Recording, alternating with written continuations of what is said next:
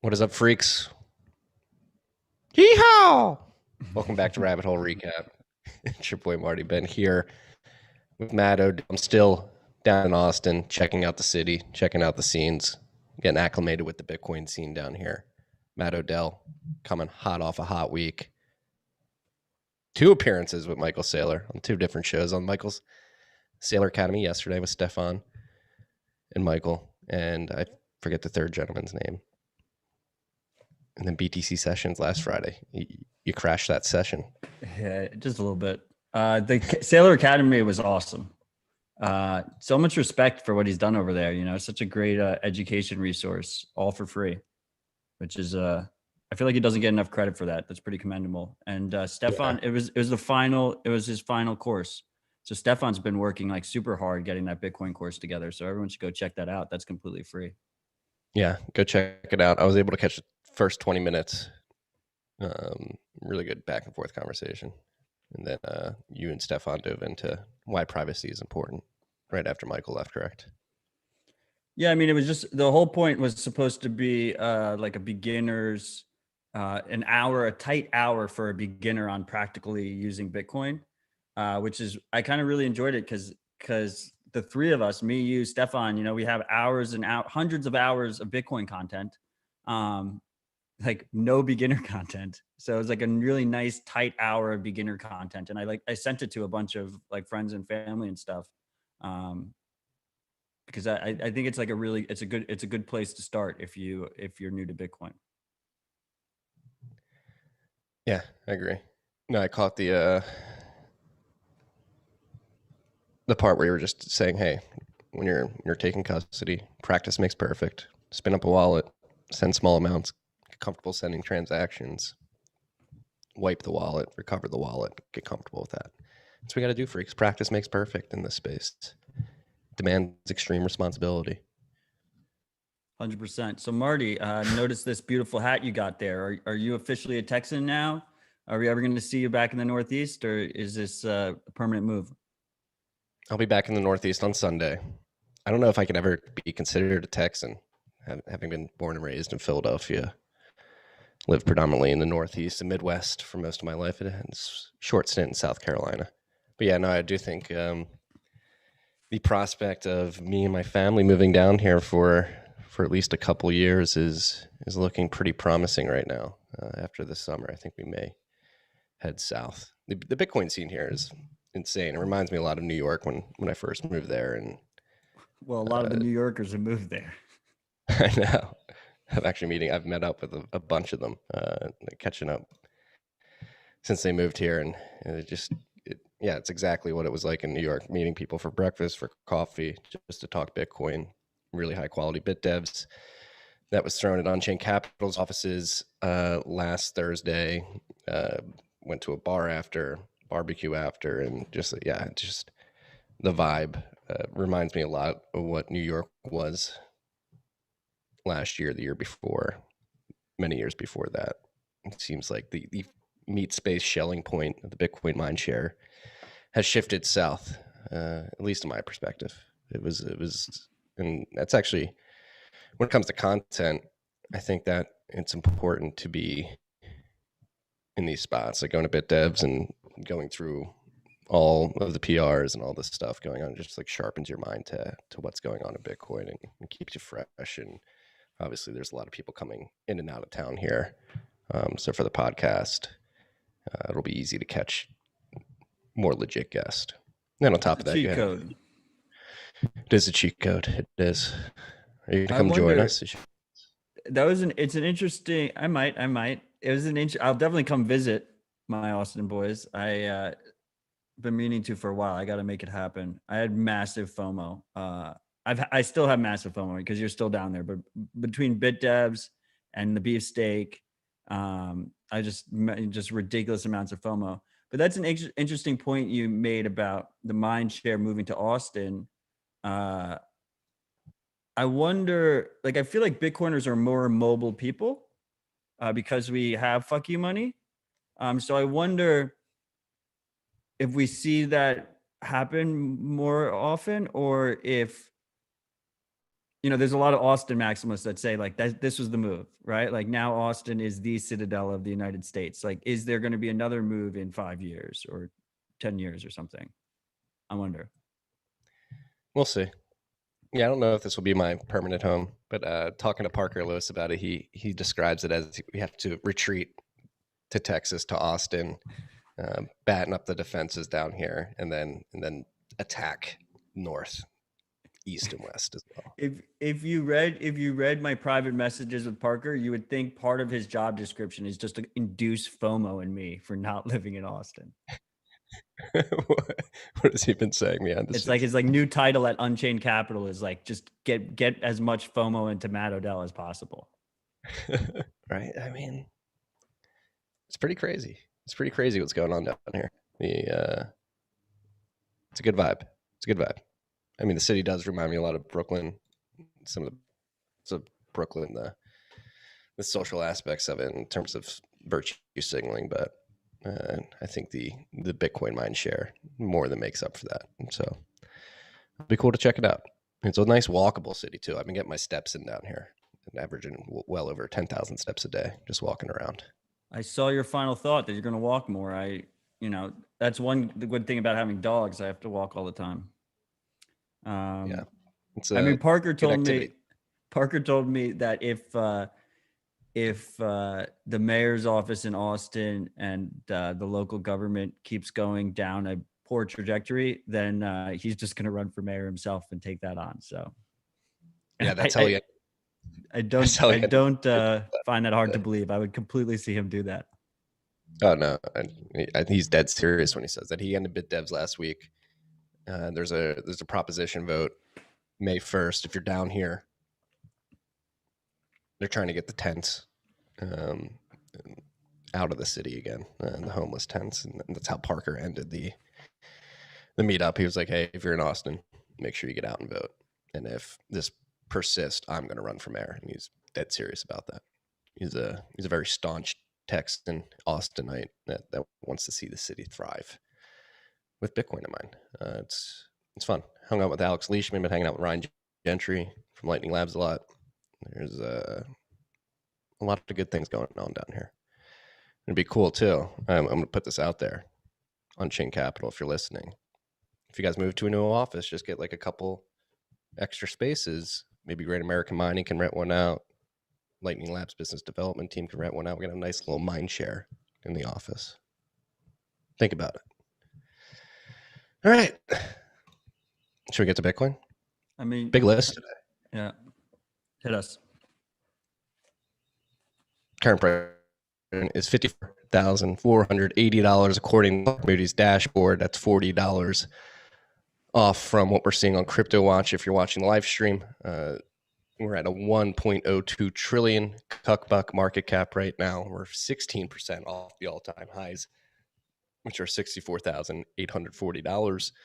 And that was hit on April 14th, so a little over a week ago. Right now, one Bitcoin is going to get you 30.2 ounces of gold. That's 8.7% of the total gold market cap. We're at block 680,158 in the 680,000s now. Past that threshold in the last 2 days. So we're chilling there. 18,688,398.46 Bitcoin have been distributed to the market. That's 88.99% of all the Bitcoin that will ever exist, which is 21 million, if you guys did not know. We are currently 1,250 blocks away from the next difficulty adjustment, which is estimated as of right now to be May 1st, 2021. It is estimated to be a downward adjustment of 22.1% right now. And that is because blocks are coming in at 12 minutes, 51 seconds on average. We'll get into what's going on, why blocks are coming in so slow on the list. Very interesting case study, and actually pretty bullish, even though blocks are coming in relatively slow compared to the 10-minute block production target. The story behind what's going on there is actually pretty bullish, if you ask me, and we'll get to that. We will. Mempool, 114,665 transactions in Clark's mempool, excuse me. What else do we got? Predict the next block. High fees. Fee versus rewards approaching 20%. There will be a estimated 1.5 Bitcoin reward in that, or excuse me, fee part of the reward, which is pretty significant. Going to Samurai Whirlpool capacity. I'm sorry, I'm like stumbling through this. I'm using my small laptop monitor. Early morning like rip, it's fine. well, that and like all the boxes are not where they usually are on my big monitor. Unspent capacity is at 2,329.92. That's a significant increase, 127.2 million, right? Wasn't it hovering around like 2,100? What is it at now? 2329. It popped last week, if I recall correctly. Yeah, after the Guns and Bitcoin. I think it might have been a combination of guns and Bitcoin and also like fee expectations, right? Whirlpool specifically, if you expect fees to go up, you want to get into Whirlpool before the transaction fees go up. Yeah, well, let's start off with that. I saw you were tweeting about that a lot this week. You discussed it as well, and Wiz was tweeting about it too, right? Like how urgent is the fee situation, and obviously this fall in hash rate is playing into that, particularly during the last week. But just terms of long-term thinking as a Bitcoiner and how to prepare for future transactions day with fees in mind. Yeah, so I mean, like we had for Dispatch. If you haven't listened to Dispatch yet, we had like an hour conversation in the beginning. There's just Bitcoin transaction fees. So consider listening to that if you're a freak that is curious. I mean, I think we got to dive into this pretty hard, especially from the mining angle about what caused it, right? I think we all expect fees to go up long term, and it's something that we've been. I think we can rest easy at night, Marty, that we've been getting the freaks ready for this. I mean, we've been incessant. If anything, we've been such a broken record about it that some people were like, Matt and Marty have lost the plot. Like they just keep talking about these fees and they're just never coming, So I think people need to get prepared. And fortunately, when we have these little spikes, it tends to knock some sense into people. You realize all of a sudden you're like, oh, fuck, I wasn't ready at all. But in this case, right? In this case, I mean, the number one thing is no matter what happens, fees should go down substantially after the next difficulty adjustment. Now, they might not completely clear, and it might be the start of this new fee market for this cycle, right? Where we have like sustained high fees, but they should go down substantially from where they are right now. So if you don't have to make a transaction, just sit the fuck down and just wait it out, right? Yes. And so why are fees high right now? What's happening? And why is this bullish, in my mind at least? So for you freaks that are unaware, there was a coal power plant accident in a province in China. I can't remember off the top of my head if it was Xinjiang or Sichuan. But basically there was a huge accident at a coal power plant, and the government and regulators came in and said, hey, we need to shut down all the coal power plants in this area to do like safety Wasn't it a checks to coal make sure mine? everything. Yeah, it was a coal. Well, yeah, no, I think it was like close to a power plant. Like it got flooded out, and some workers, I believe, like a dozen people working at the mine lost their life, which is extremely sad. But in the context of Bitcoin, these miners were forced to shut down because the coal plant shut down, and that was their power source. And what we found is that hash rate that we have a bit of a retrospective look back in the last week and a half, particularly, it seems that 25% of work hash rate fell off the net, which is pretty considerable, obviously, but not as much expect if you're to believe the FUD and fear mongering coming from a lot of Bitcoin's detractors that say 60% of Bitcoin mining is within the borders of China. And so with this particular province, it was estimated before this shock that that 80% of Bitcoin mining within China is happening here outside of rainy season because that's where the cheap power is. And so there was actually Mustafa, what's his last name? From Bixen. Is it at Bixen on Twitter? a nice, basically saying this is actually extremely bullish, because if we were to take those estimates and extrapolate them to the Bitcoin percentage, the mining percentage in China. So yeah, this incident happened in Xinjiang, and it dropped by an estimated 20-25%. And if we were to take the estimates that the FUDsters are throwing at, that would have equated to like 40-50% of hash rate should have fallen off if what they're saying is true. So it seems that there's considerably less hash rate concentrated in China than was previously thought. But it doesn't really prove that. No, you can't. Well, you can't really prove it with any certainty. You're ballparking, right? The absence of evidence isn't evidence. Yes. Right? Like we know what, like 20-25% of the hash is located in an area of China that could be shut down at the same time as each other. That's like all we know from this event.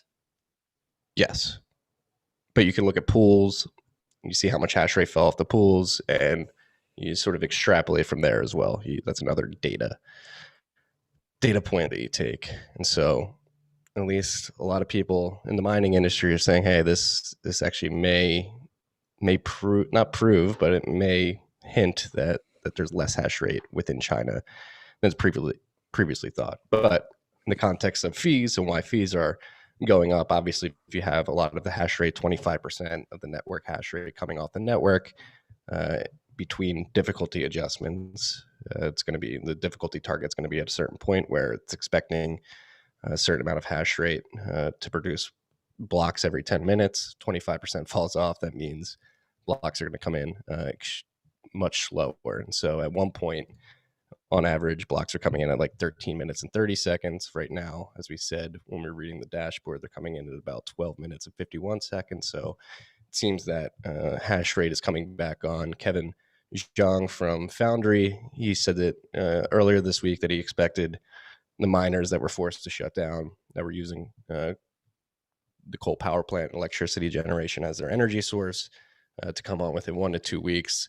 Thomas Heller, who's at Compass Mining, formerly of F2 Pool, he tweeted out this morning that it looks like some of them are even starting to come up and hash.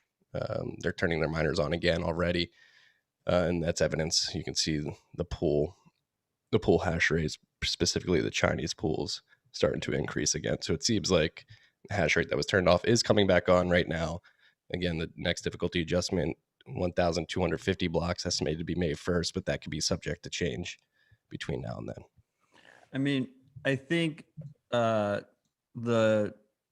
generalization of using it as a bullish claim for, hash distribution is a little bit of a stretch. But I mean, the bullish angle is that you can pull 25% of hash off the network, which is something we already knew, right? But for the haters, that you could pull that amount of hash off the network, and Bitcoin keeps on working. It's working as designed. You can still send a transaction. It's going to cost you more money. But if you want to send a transaction that confirms next block, you can do it. The network will still, they will charge you the market rate for it.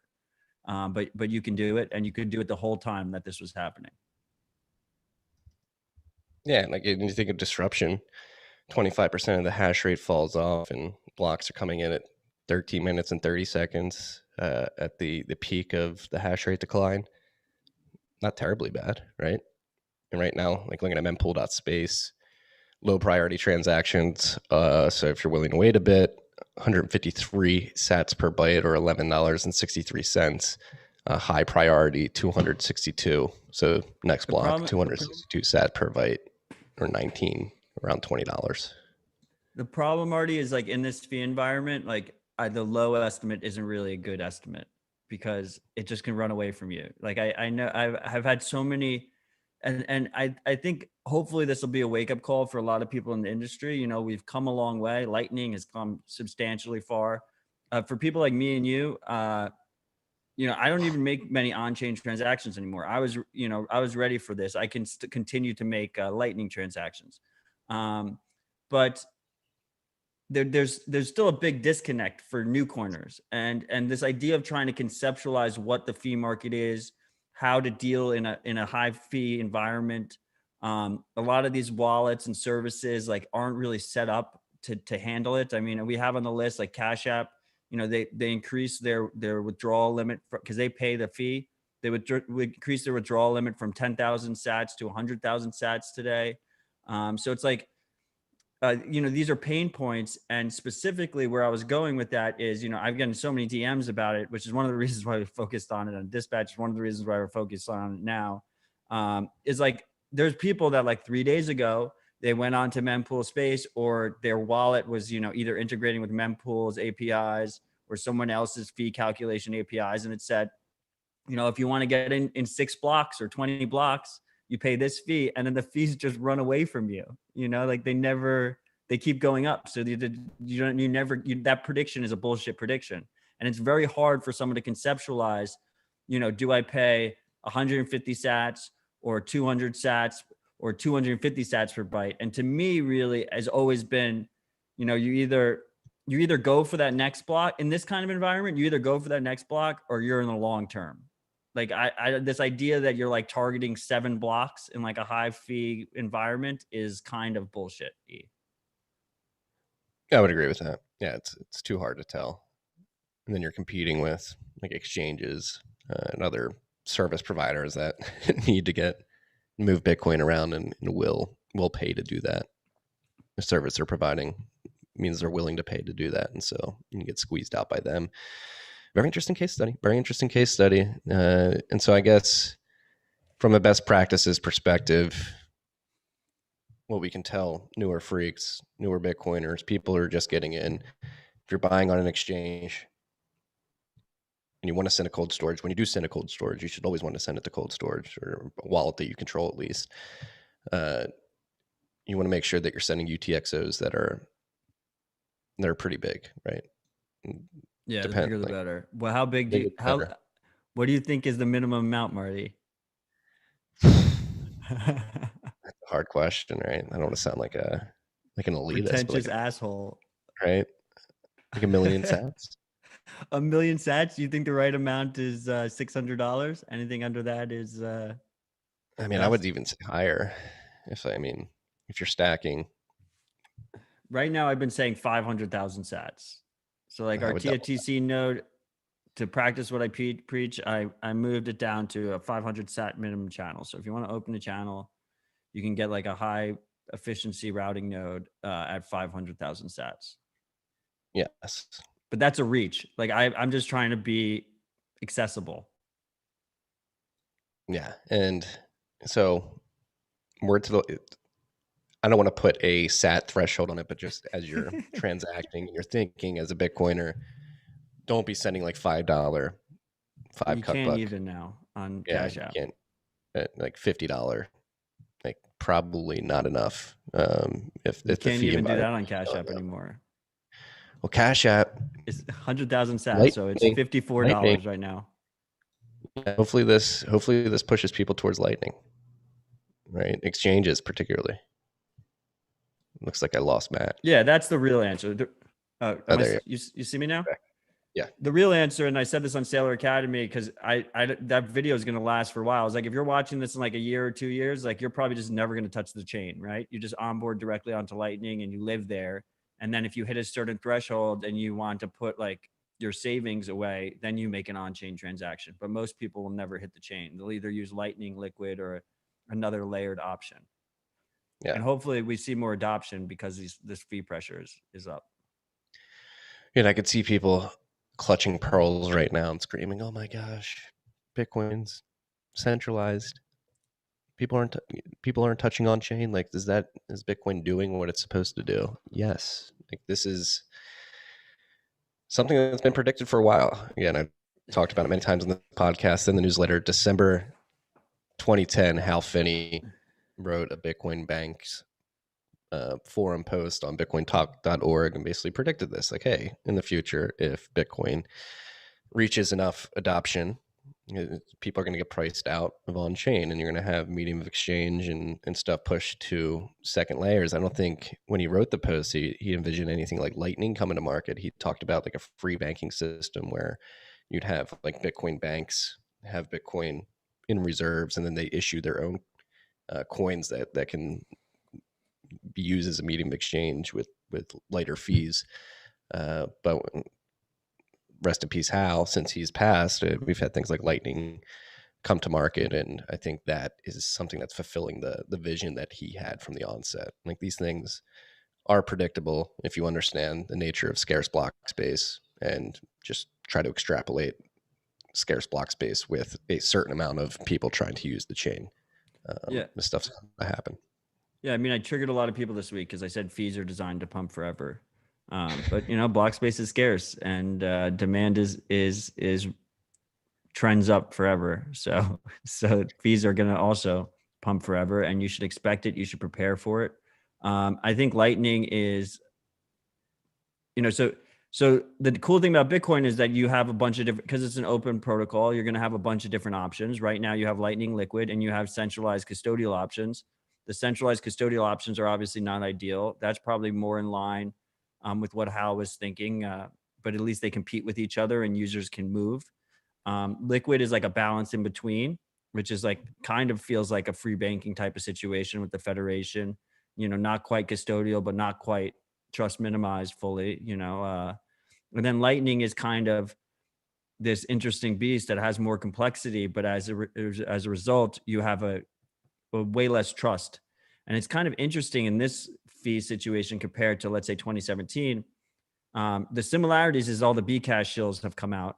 The difference is, what's interesting is Bitcoin both has substantially higher on-chain fees than something like Bcash, or like a shitcoin, like an extra shitcoin like Litecoin or something.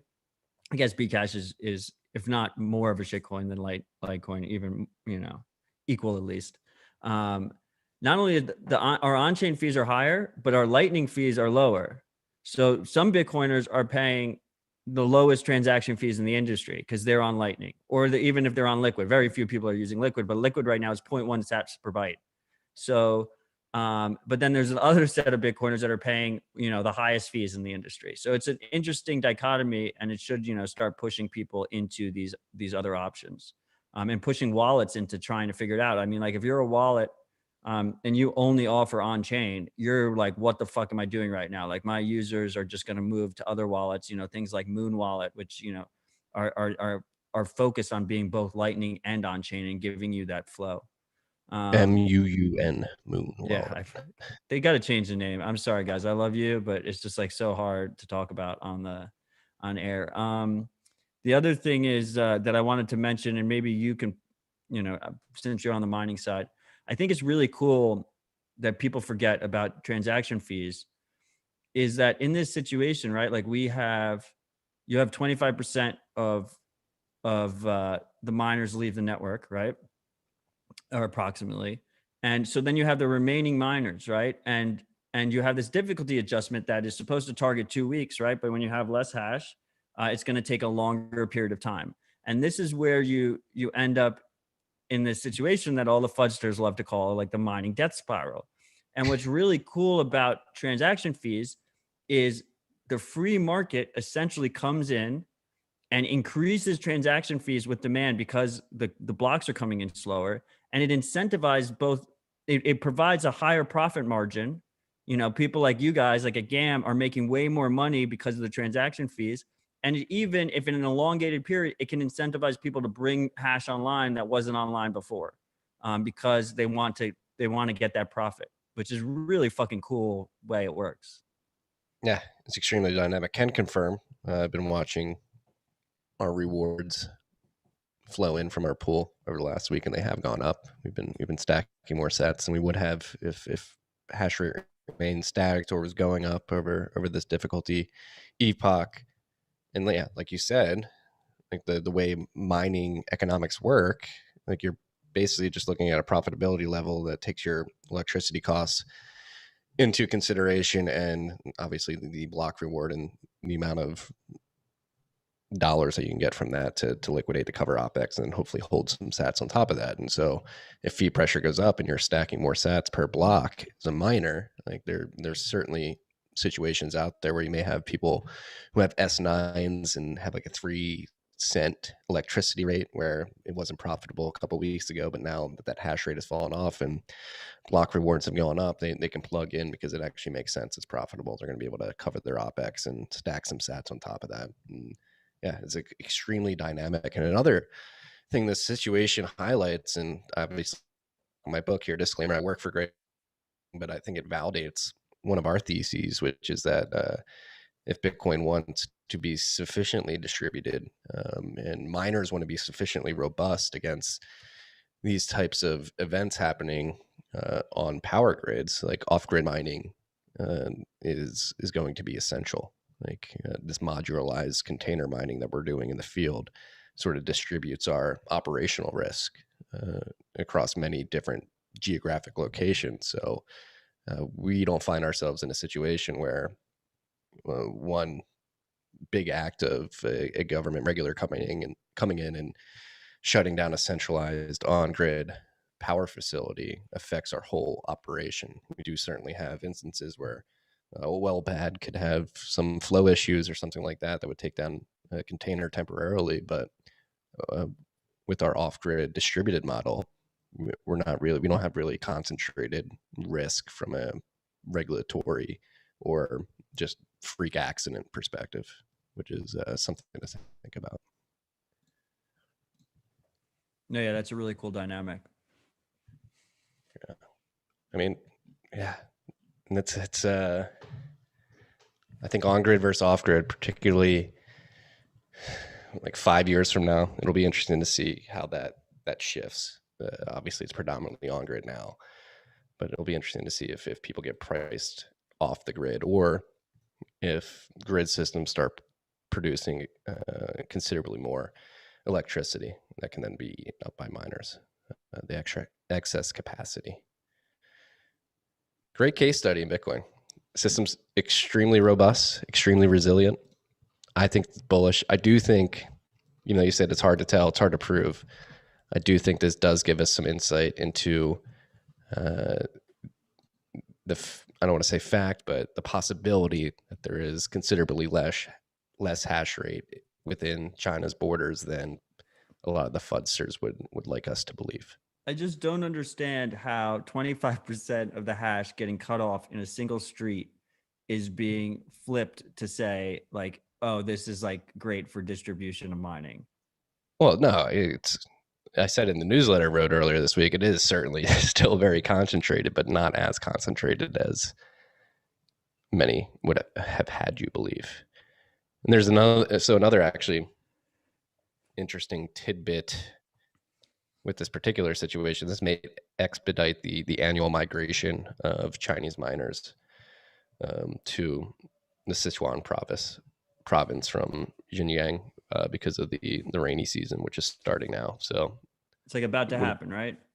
Yeah, it's starting now. But that's like another narrative. Like I never heard that narrative before until like 6 months ago, and they were like, "Up, all the miners are moving." And that was those 2 times, 6 months ago and today and this week, were those the 2 largest single difficulty adjustment hash pulls?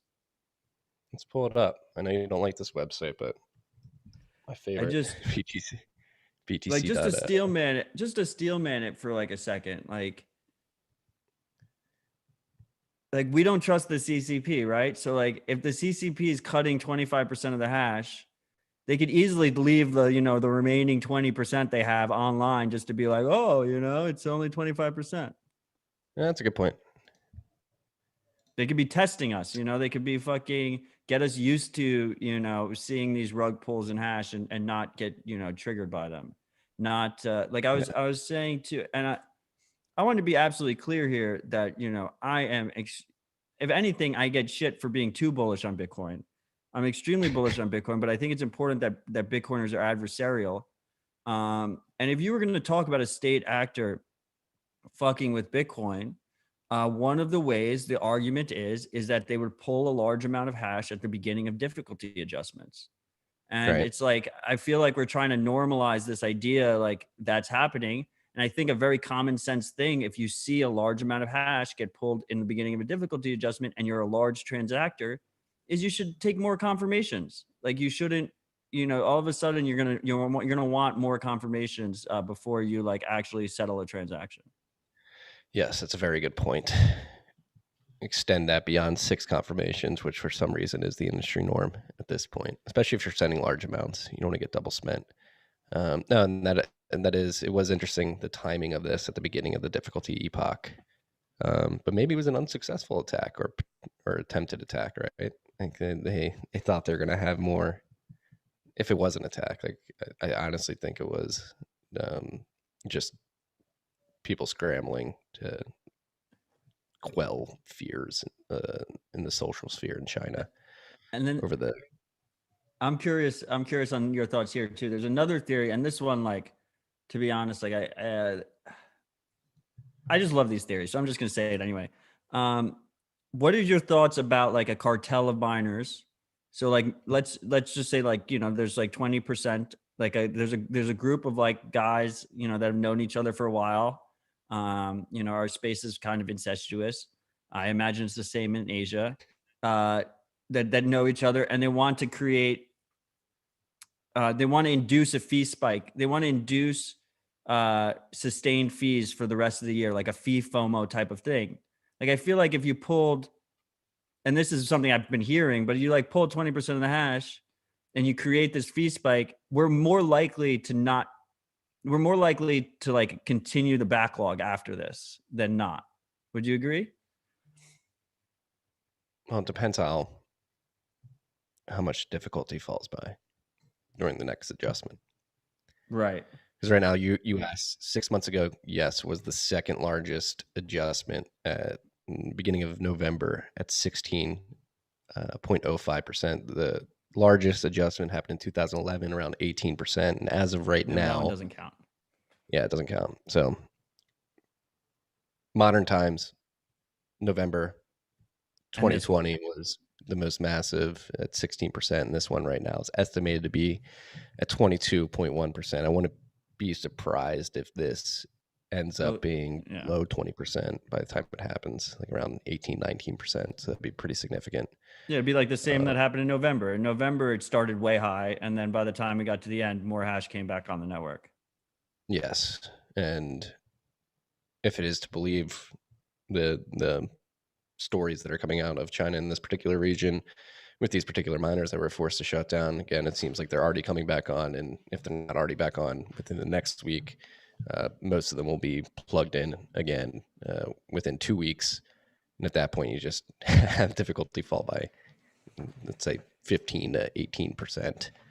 And but what do you think? Same amount of hash rate as you went into the last epoch. And so blocks are probably going to be coming in at like 9 minutes on average on the back end of that.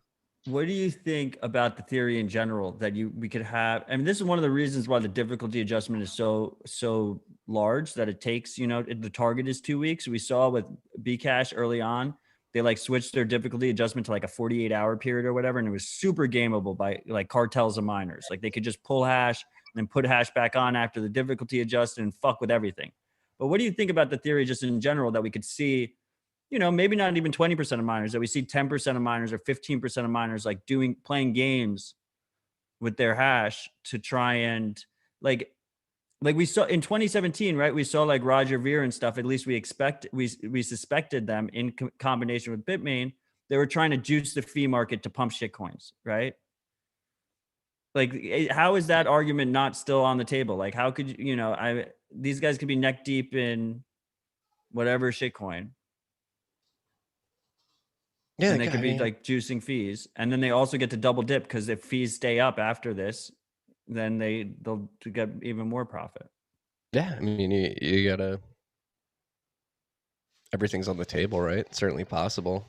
It's risky, right? If you take your hash rate off and you're unsuccessful in achieving what you aim to achieve with that type of manipulation, and you're leaving sats on the table, and depending on where your power cost is, you better hope your power cost is extremely low that you can stomach that risk.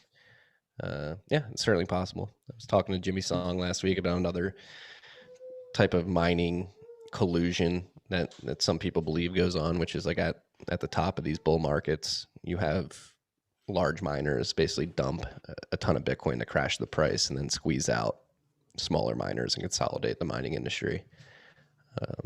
That makes That sense. way, yeah, just drive the profitability down to extremely low levels to try to squeeze out smaller miners.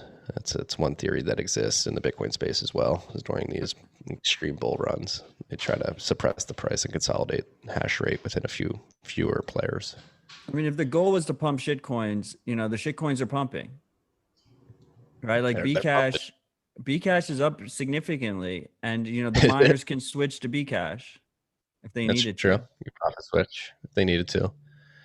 Where I'm from, we're not supposed to trust the fucking miners. So I think it's important that people just think about these things, because I feel like no one's really talking about it. Everyone's just like, there's like this weird thing on Twitter now where it's like, if you don't like just toe the party line and just say bullish things, which I'm, guilty as anyone else on, but is like then all of a sudden you're just like fudster and no one, has the balls to actually talk about this shit. Yeah. Yeah, I agree. Adversarial thinking is But highly anyway, don't buy important. shitcoins, freaks. Yeah, I wouldn't advise it.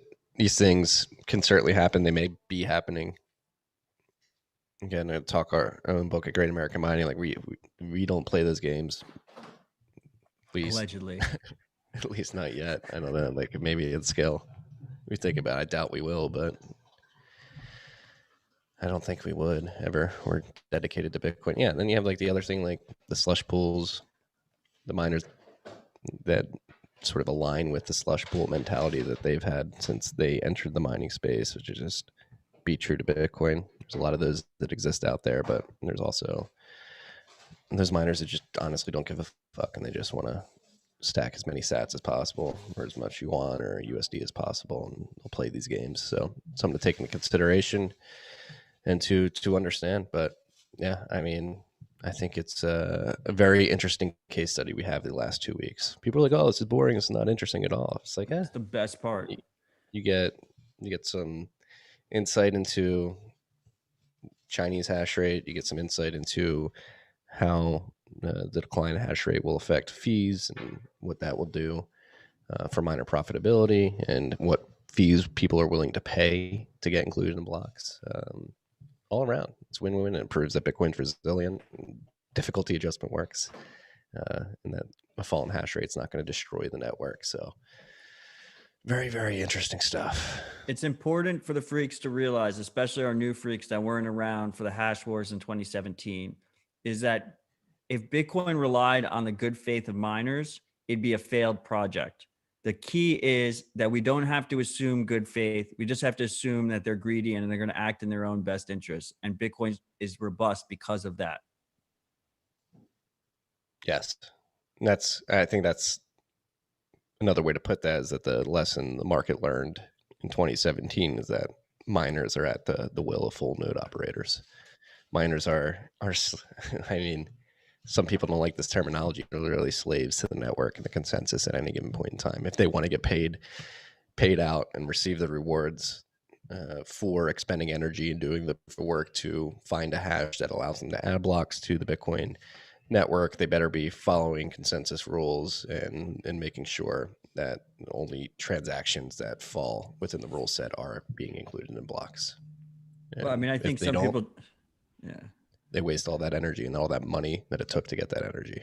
And the stakes only get higher as the Bitcoin price goes up and as hash rate goes up, because the amount of capital that goes into these operations increases significantly. So maybe there's a case to be made that fuckery becomes less likely because of the risk of the fucking up the capital outlay that you have in your operation at scale.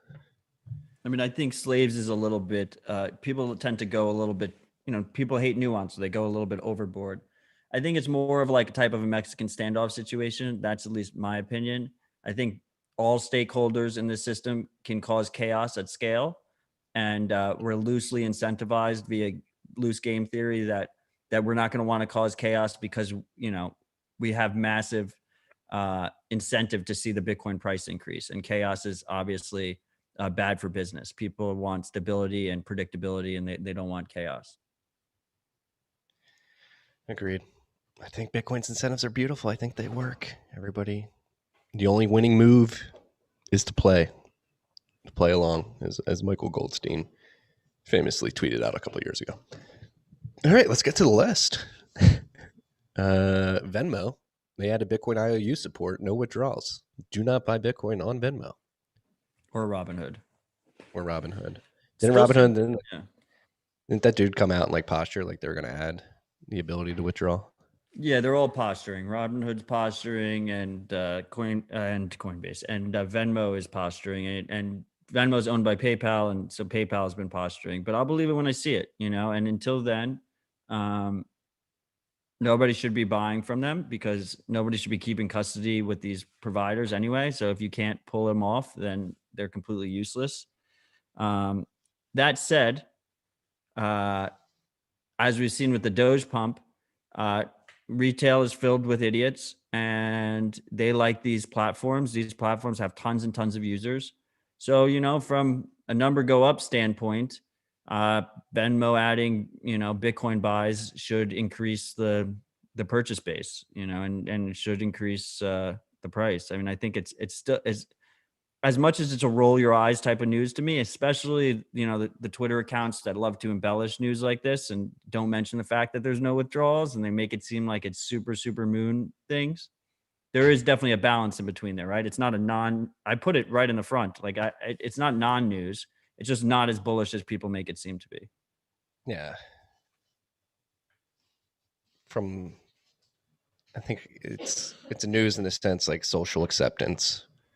Bitcoin being accepted socially across industries proves that whether they do it correctly or not, a lot of businesses, particularly in the fintech arena, are starting to think like, all right, we need Bitcoin involved with our company in some way or form, which is pretty massive.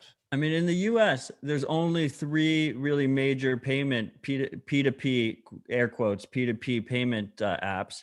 And that's Cashapp, Venmo, and PayPal. And they all have Bitcoin purchases now, right? Which is pretty fucking crazy to think about. Yes. Only one allows you to withdraw right now. Disclaimer, sponsor the pod, Cashapp.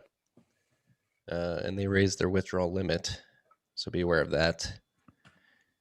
Can you please, anybody at Cashapp listening, just raise your withdrawal limits, in general. Gotta pump those withdrawal numbers. Yeah, they raised their withdrawal minimum instead of their maximum.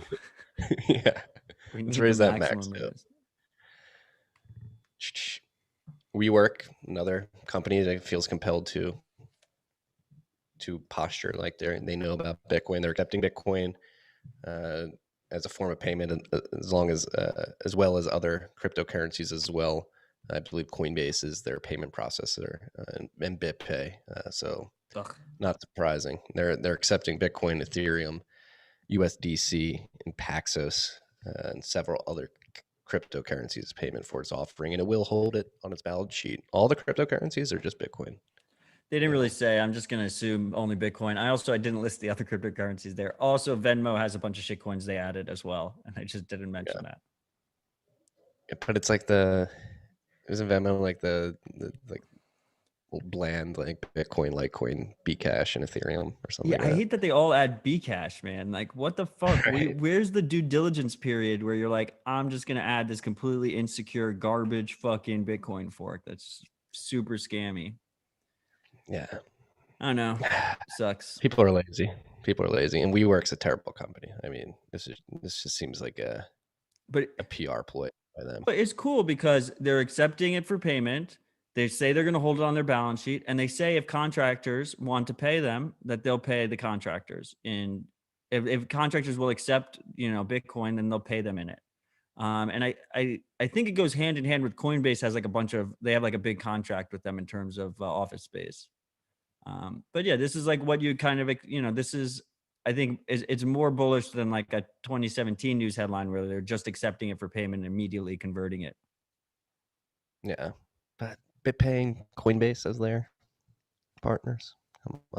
Come on. And on to more interesting news and more important is my Center's letter this week. Another letter.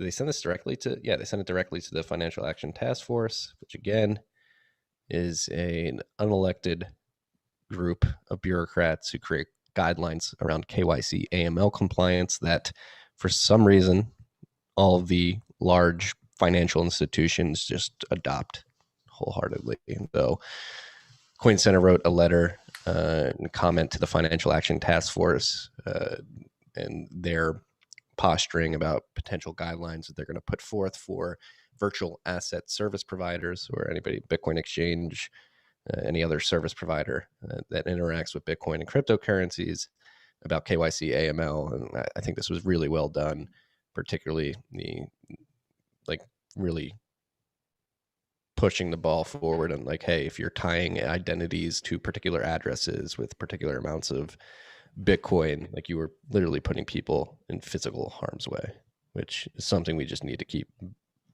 leaning into as hard as possible. Yeah, I appreciated that. Yeah, that and the fact that these regulations are completely ineffective. They don't do anything to stop the actual crimes that they purport to stop. Yeah, they're twice a year, 3 times a year, Coin Center does something that earns their yearly donation from me, and this is one of them. I do think I share the criticism a lot of other people share, that they've focused a little bit too much on trying to make it legal for these companies to dump unregistered securities on retail, which is just an issue I could give 2 shits about on either side.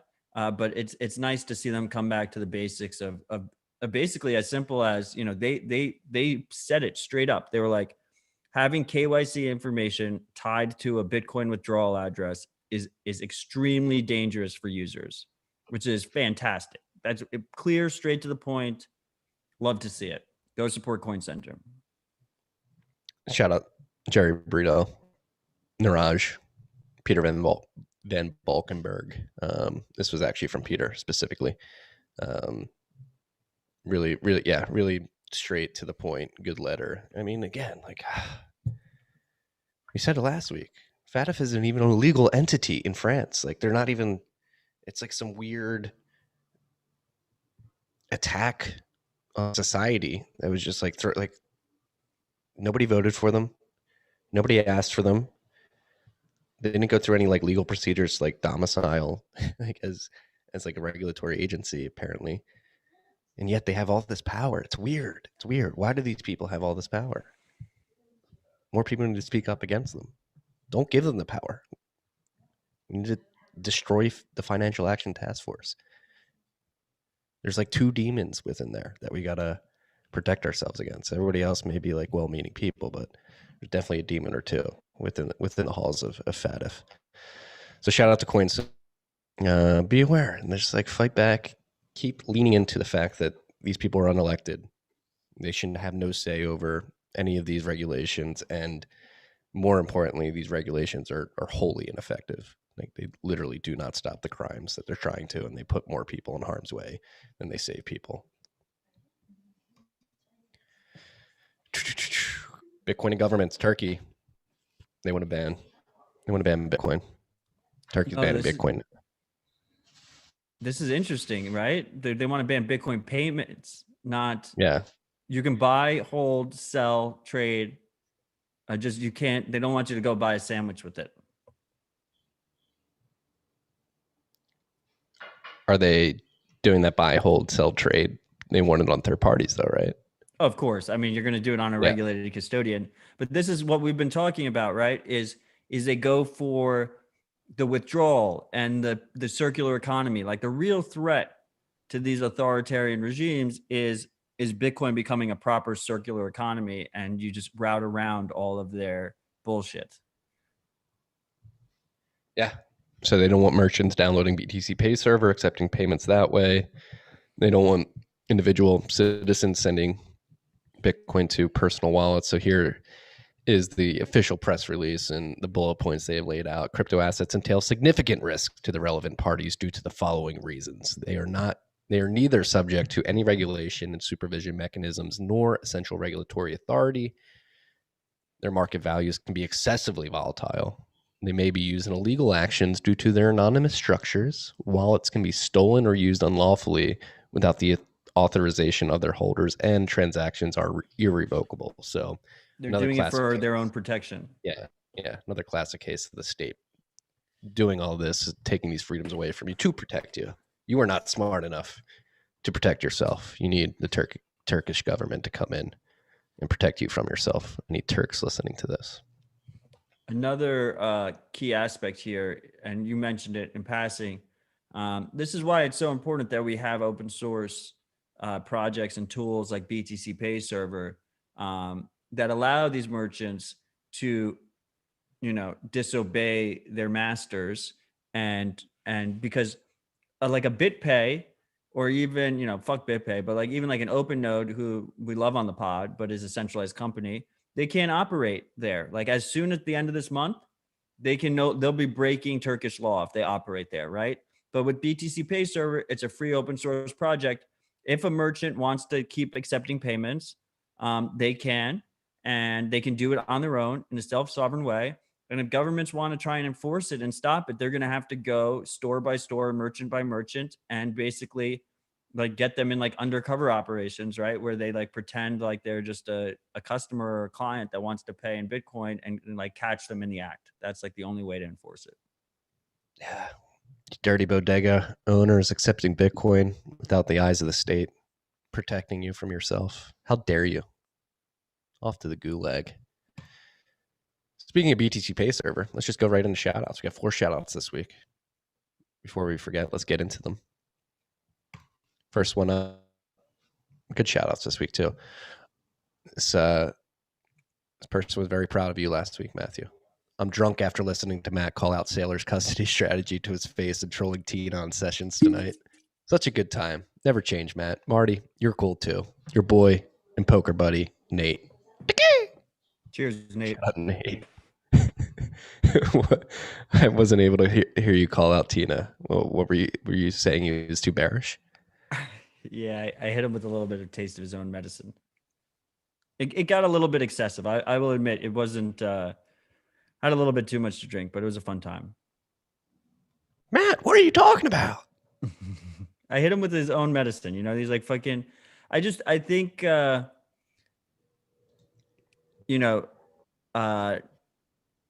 I'm just trying to weaponize price targets, because a lot of people use price targets, and especially a lot of shitcoiners. And I want the plebs to realize, I think it's imperative that plebs stack as much as fucking possible before we have billionaire FOMO, corporate FOMO, and government FOMO all kick in very fucking quickly. And the only real way to hit the gravity of that situation is to make is price calls. It really brings the point home.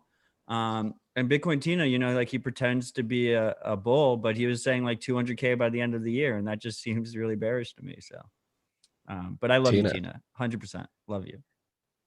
Tina, pump that T up, bro. 200K. What is that? We're gonna pump those numbers, sir. We're hitting 800K by the end of the year. Actually, I heard an interesting theory. Like, what would a Max Payne scenario be like to try to shake people out of Bitcoin this year? There's a theory about like a carry trade. Like we just like persist in this consolidation throughout the summer. We get an ETF. Everybody closes their shorts. We like rip it higher. And then you have like an echo bubble in the altcoin world. They pump too. And then everything crashes after the ETF hype. And we get like Max Payne again. The Max Payne situation happened in 2020, man. So many of our brothers and sisters got fucking wrecked in March. Well, so the Max Payne would be like a repeat of that, like thinking that we're beyond that and just having it happen again. Yeah. Not down to like 3,000, but like a similar fractal from the new highs. There's a very simple strategy here, freaks. Don't use leverage. Don't keep your coins on exchanges. Don't put them in custodians that rehypothecate as a service. Just stay humble, stack sats, and you should be fine. What people don't realize and is like, we don't need a super cycle to hit 700K at the top of the cycle. If we're in line with 2012, then that's 700, 800K. If we're in line with the last cycle, that's about 300K. If we're somewhere in the middle, that's like completely within range. If we hit like a humble 200K, cool with that as well, you know. But this idea that like it's this absolutely ridiculous concept that we could hit 800K, $1 million, you know, sat cent parity this cycle is not like that. It's not that fucking crazy. Yeah, that's actually a really interesting chart that you've been sharing in the SAT standard over the last month is the halving tracker. So if you're on Twitter at halving tracker, yeah, HALVINGTRACKER at halving tracker on Twitter. And right now, their last tweet was 12 hours ago, and we're trending right with the average of the 2012 and 2016 post halving price pumps. We're literally right between what happened in both. So like a humble 600K top. I'm seeing if we follow 2012, it would be like 700. If we follow the average of the two, it would be around like 300. Would be the top. No, isn't 300 the 2016 one? That well, in that lines like with the 2016 would be like 275. It looks like on this log scale. Okay, so then what's the middle one? It can't be 300 then. It's 300. Anyway, the halving tracker is run by our boy Bitstein. So shout out to him. Yeah. Fantastic little bot. Go check it out. I'll just keep posting it in the standards. Just really drill it in. But you know, if I'll take 6x, whatever. Like this is crazy. I haven't. The last time I felt like this was December, and we were sitting at 18. And the last time I felt like that before December was like in March after we got fucking absolutely killed. So, you know, am I a perma bull? Yeah, but my bullishness changes. That's one of the reasons why I fucking went so hard on Friday, is just because the gravity of the situation is still not being appreciated. And I just don't want, everyone thinks they're late, you know, and these top calls are just ridiculous. People, you know, we had the Guggenheim guy who keeps calling for like 400, 500K tops or whatever. He's like, we might go down 50% now. Like they're just fucking with us. Scott Minred. Yeah. And like it comes out like he'll call these crashes and then turns out he bought a bunch of Bitcoin around the same time. So all noise. I mean, Matt ends it every episode with it. Stay humble, stack sat. It's just like the best strategy. Head down. Don't worry about all the noise out there. And that's one thing too, from like a fundamental perspective, like too many people are focused on price. Like look at what's going on in the development space. And I tweeted this out last night too, like nothing like in the altcoin, like alts are pumping. Everybody's like, oh my God, is Bitcoin going to get flipping? Like what I'm seeing in the mining space, again, I've said this many times as well, but the physical infrastructure being built out for the Bitcoin network far exceeds anything. Like it only competes with fiat currencies in that regard. Like the physical infrastructure that's been built out to protect the US dollar reserve system. That's what Bitcoin's competing with. Like none of the altcoins come anywhere close to literal physical infrastructure that has been deployed to distribute and secure the Bitcoin network. Like that is the signal throughout all this altcoin noise, in my opinion. Like it's like not even worth getting worked up over it anymore. Too many people are getting too worked up over it. Just head down, stack sats, just try to focus on other things. Like, yes, you can try to stop scammers. I do agree. A lot of scammers, you don't want to see people get scammed, but some people got to touch the stove. And it's not worth getting too emotional over. And if you insist on talking price, 500K by the end of the year. Let's go. Let's go. These are my favorite shout outs, Matt. When you have people just talking to each other, it has nothing to do with us. Shout out to my homeboy Tyler. Shout out to my homeboys Michael, PJ, and Vanessa. Tyler, Michael, PJ, and Vanessa. I hope this message finds you well. I have no idea who's sending it to you.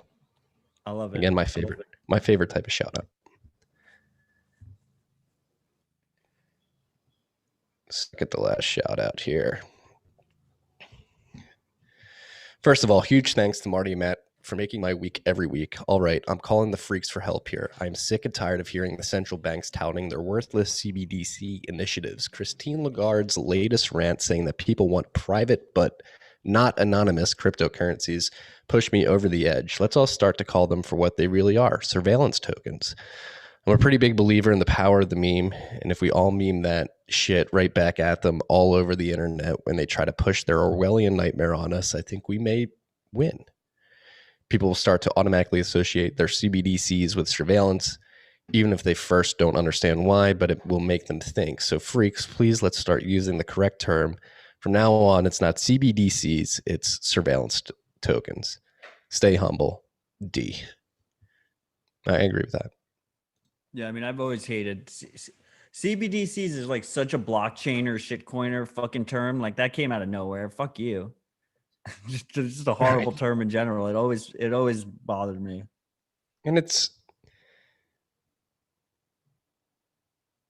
they're already digital. Like the central bank currencies are already like digital currencies. They're like to think that these central bank digital currencies are going to have like a blockchain in any way, because it's stupid. It's literally going to be the same thing, just packaged and marketed a certain way with more granular control.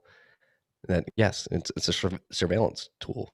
It's an Orwellian control tool. Like so you say surveillance tool. I like to say like control tool. They want to cattle herd you into these CBDC wallets so they can control who you can interact with, how you spend your money, where you spend your money, maybe how quickly you have to spend your money. It's all about control. They want to control you, and these CBDCs are a very powerful tool that they can do, um, that they can use to leverage uh, and gain control over you, which is a very scary thought. Yeah, I mean the dollar is already a CBDC, but what they envision when they say CBDC is they mean even stronger control than they have right now. And I do agree Yeah, with you that I think the narrative should be more control because unfortunately, while I do 100% agree that they're also going to be surveillance coins, and we've actually had them say it out loud, um, that what Augustin Carstens of the Bank of International Settlements, I think he said like specifically, he was like, we can basically replace cash with something we can completely track and trace. Um, the unfortunately, I've noticed firsthand that not very many people care about their privacy. So they tend to care more about their money getting eroded, their wealth getting eroded, and just not having control, not having freedom. This idea, like, I mean, I think like Mark Cuban, notorious shitcoiner, I think he said for the stimulus, right, for the checks that get sent out to people, if we did it through a CBDC, you can make it so that if they have to spend it within like 3 weeks on specific things, which is just like it just gets super draconian and like like the things you got to spend it on are going to all be like the corporate bullshit, right? It's just like whatever corporation owns our governments are just those are the corporations that you're going to have to spend your shit on. yeah. I'm pretty sure like Visa and Mastercard are starting to team up with these banks, these mega banks, central banks, Bank of International Settlement, IMF, to start to implement this stuff. So again, I think it's all about control. And so, Freak, I love that you pointed out this Christine Lagarde comment specifically, and this comes on the heels of the comments made by Augustin Carstens, like Matt mentioned. We're in the normalization phase. They're trying to normalize this stuff. Like Christine Lagarde stared into a camera and said, "People want this. People don't want privacy. They need a quote unquote digital currency that allow us to see what's going on and keep everything above board so that we can uh, take down like bad actors." That's again, they're using the guise of protecting people from criminals to completely surveil and control them. But yeah, it's Good thing be we on the have lookout Bitcoin. for. Yeah, good thing we have Bitcoin, but just observationally moving forward, be on the lookout for these normalization campaigns. Like they're picking up. Like you're going to see more of this. Jerome Powell will You know, probably start talking about this as well. I don't even know if the normalization campaigns are really like at the end of the day, Marty, um, they're going to tell people we're going to give you free money because we're a central bank and we're the only ones who can give you free money. So we're going to give you free money. And if you want that free money, then you're going to fucking take it in this way. And if you don't, then you don't get it. And the overwhelming majority of people are going to put their head down and they're going to take the fucking cuck bucks. Yeah. Weak, man. Come on. Don't let them hang that little carrot in front of you. Don't fall for that. It's a siren call. It's a siren call. All right, last shout out. Very short and sweet. Yo, from Vake. What's up, Vake? Yo. During the Love you, Vake. Vake paid $20 during the session stream to tell me that I had a cluck mentality while I was up there. A cluck mentality. Yeah. Cluck or because cuck. YouTube won't let him type cuck. That's where cluck mentality came from. Is because in the YouTube chat you can only say cluck. YouTube won't let you type cuck? Yep. I wonder what they think about our cuck bucks. We're gonna get demonetized. Well, we don't even monetize too. We're gonna get taken down. We're already demonetized. All right, back to the list. Back in Turkey. This is why you don't keep your coins on exchanges, freaks. We have a Turkish exchange owner basically just taking all the Bitcoin and running away. Flee the country. Suspect big crypto losses.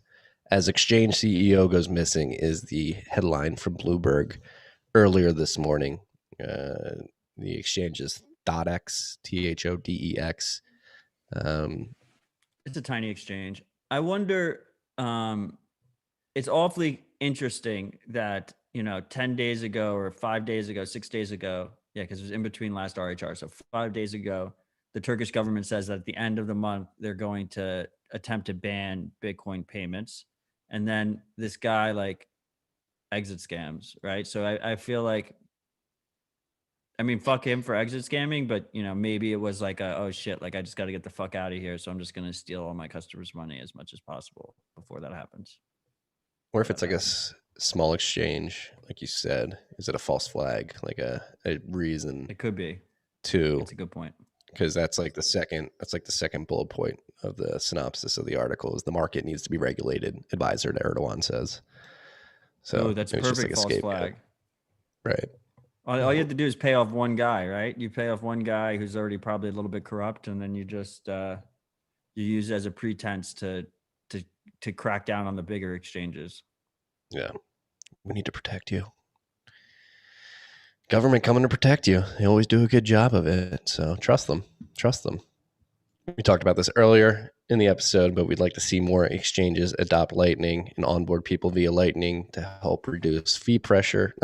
Not reduce fee pressure, but to reduce the burden of individual users having to pay on-chain fees so they can keep more of their sats. And lo and behold, OKEX adds Lightning support. They added Lightning support this week, so it's a pretty big exchange. Basically adding Lightning support and adding to that trend. And I think I saw a freak ask in the YouTube comments earlier, are there any U.S. exchanges that have Lightning support? River.com does. LN Strike does. Those are the only two. Bitfinex. Only two I know of. I'm telling you, man.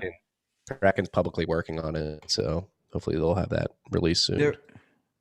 They're all working on it. There's no way that this fee pressure is happening right now, and not all the exchanges, all the wallets, they're all fucking scrambling to add Lightning and probably also Liquid, to be honest, because Liquid, Bitfinex was bragging that Liquid took them a couple hours to implement. Lightning is a major operation to implement. You have to have a liquidity strategy. You have to have this hot wallet, all this different stuff.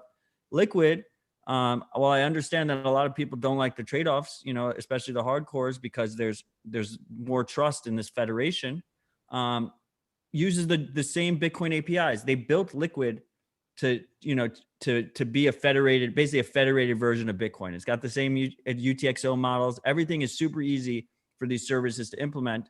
And you don't have to worry about the headache on the receiver side of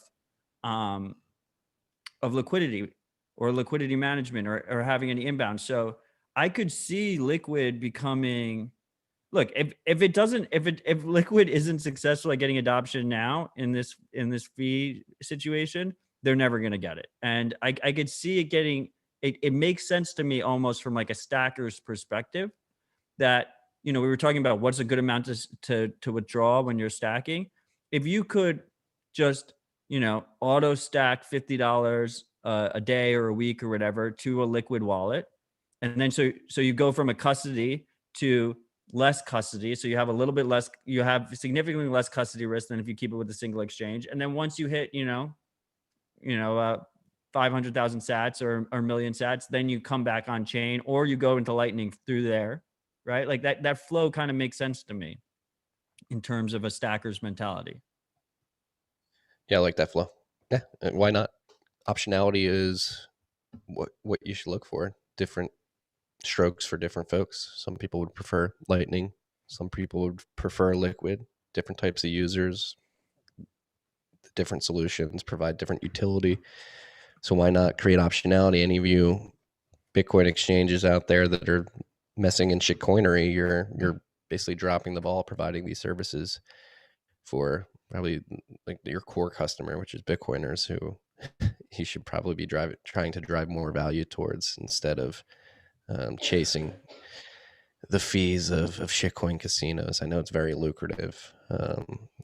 It's hard to not see why these exchanges would go after those fees. Again, it's very lucrative, but is it a short-term decision that'll bite you in the ass in the long term? I wouldn't be so surprised if it is. So 100% it is. If you already support Bitcoin or Bcash, you can easily implement Liquid.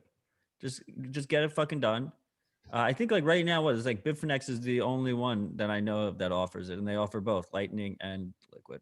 So I'm trying to think. I can't think of another off the top of my head. So with this OKEX news, deposits and withdrawals, which is good to see.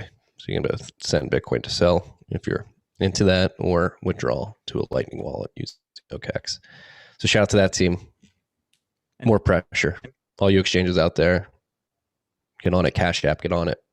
Let's get on it. Cashapp's definitely scrambling. I mean, Jack has an investment in Lightning Labs. I think that this OKX thing is a perfect example, right? Because they announced it a couple months ago that they were working on Lightning, and the fees definitely just pushed their hand. They were like, fuck, we got to get it done. How close are we? Like, oh, we're 90% done with our integration. Like, fucking bring it live. We have to make it happen. Like, some guys worked extra hours, to make it happen.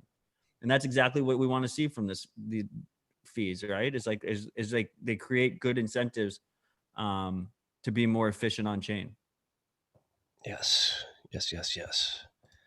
Already mentioned it earlier, but it doesn't hurt to announce it again. Cashapp raises the withdrawal minimum to 100,000 sats from 10,000 sats. So just be aware of that. If you're a Cashapp user, I'm sure the app will make you aware of that if you try to send less than 100,000 sats. So yeah, they didn't release they didn't release a press release. Like it was discovered because people tried to withdraw underneath and it pops up a warning. Yeah. Should be noted too. Like you can send, if you're sending to another Cashapp user, you can just send it within the app. Much easier. Send it to the cash tag. If both parties are comfortable with that. I see you shaking your head right there. Custodial layer 2. Hal Finney's vision. Just kidding. Bitcoin Core version 0.21.1 RC1 Taproot Speedy Trial client has been released. Of course, it comes with more drama. It's a Taproot drama. There's a lot false drama ever going to end. So yes, Speedy Trial. If you listen to the episode with Ben Carmen, if you listen to Citadel Dispatch, and since last week, Speedy Trial has been merged and activated into Core. It's going to start after the next difficulty adjustment, which now is estimated to be on May 1st. You can start signaling for that. So you can download this version of Core that will have Speedy Trial activated. And of course, not of course, but there's also a user activated soft fork Taproot client that's been released. So that's at bitcointaproot.cc. And so what are you seeing with both activation methods playing out in parallel? So so the last two shows we've had on this podcast feed have focused on Taproot, and they both had Ben Carmen in them.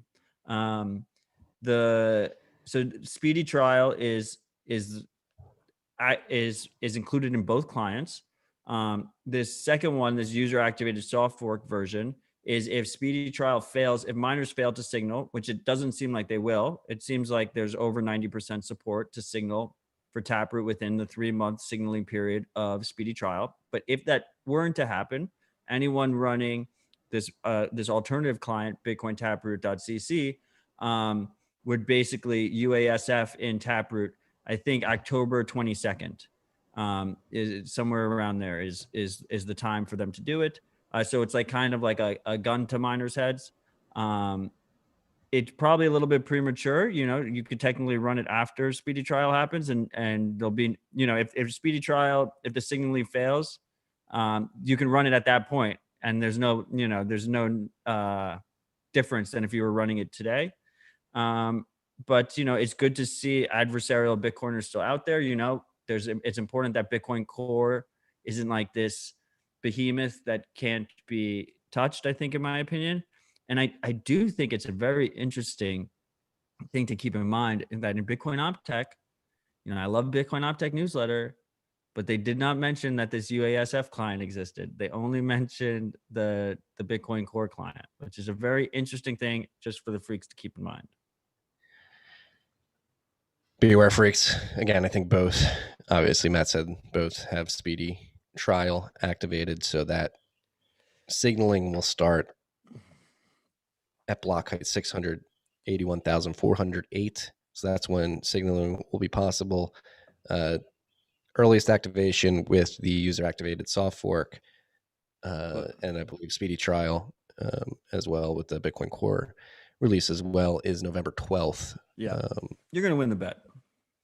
That's block 709,632.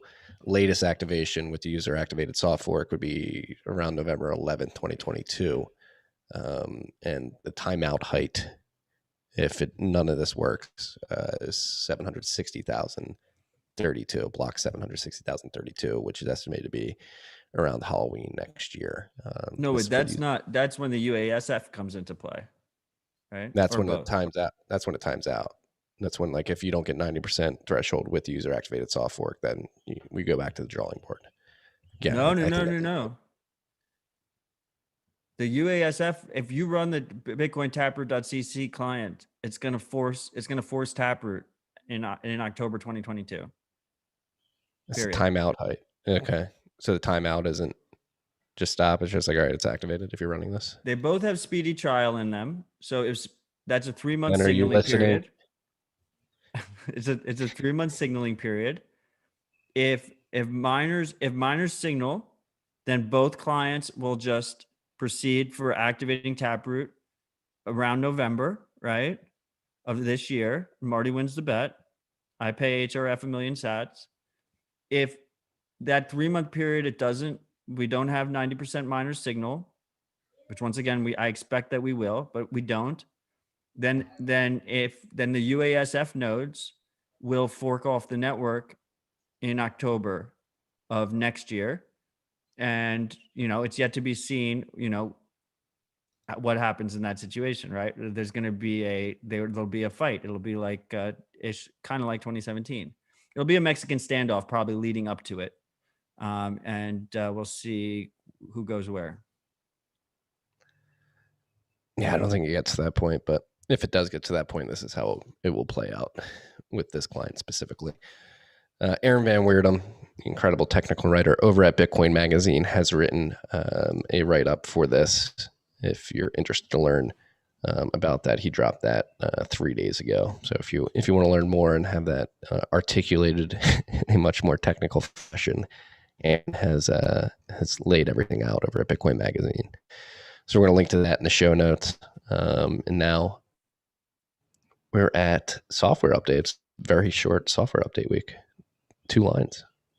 MyNode version 0.2.30 has been released. Looking at the release, we only have 2 releases. It doesn't seem like anything too crazy. They don't really have really good release notes, it seems. On the GitHub page, at least. Yeah, the release notes just has source codes. But from what I remember on a glance, it was just, they updated a bunch of packages that were in there. All right. And then Start 9. There's a big one. their node in a box adds Sphinx, onion pages, and photo view. So Sovereign. Yeah, so I had one of the co-founders of Start9 on the show, Proof of Keeks, Keegan, on Dispatch, not this week, but last week. If you haven't listened, consider go checking it out. It's a pretty cool project, and they've just been adding new apps, if you want to call them apps, to this node in a box platform they have. These three are pretty cool. Well, Sphinx, obviously, we're big promoters of Sphinx here, so it's good to see them add Relay. So if you're a Start9 user now, you're joining the ranks of Umbrel and Raspberry Blitz and being able to easily run Sphinx from your own node. And then they added this thing called Onion Pages. I think they're calling it Embassy Pages. That's their name of their OS, but Onion Pages, which is this idea that you can run a static Tor-only website directly from your node without exposing your IP address, which is really fucking cool. I think there's a service called an app called Onion Share on desktop where you can do the same thing.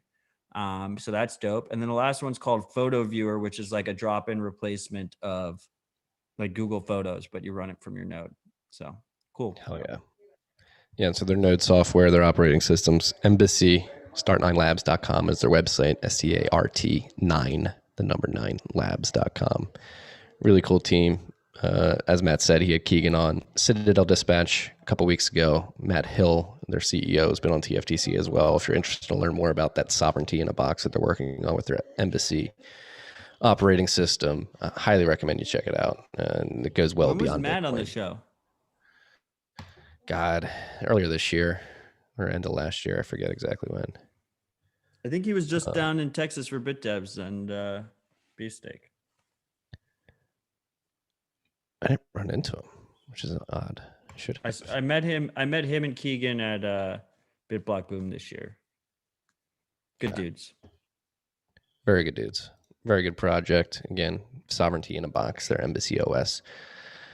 Square and Arc, they argue that Bitcoin is good for the environment in their white paper that they dropped yesterday, basically explaining that Bitcoin incentivizes the production of renewable energy sources because Bitcoin miners will be the energy consumer of first resort. They'll be in the first customers that show up and say, hey, we'll take this cheap electricity and allow you to produce more and more of this electricity generation via solar and wind.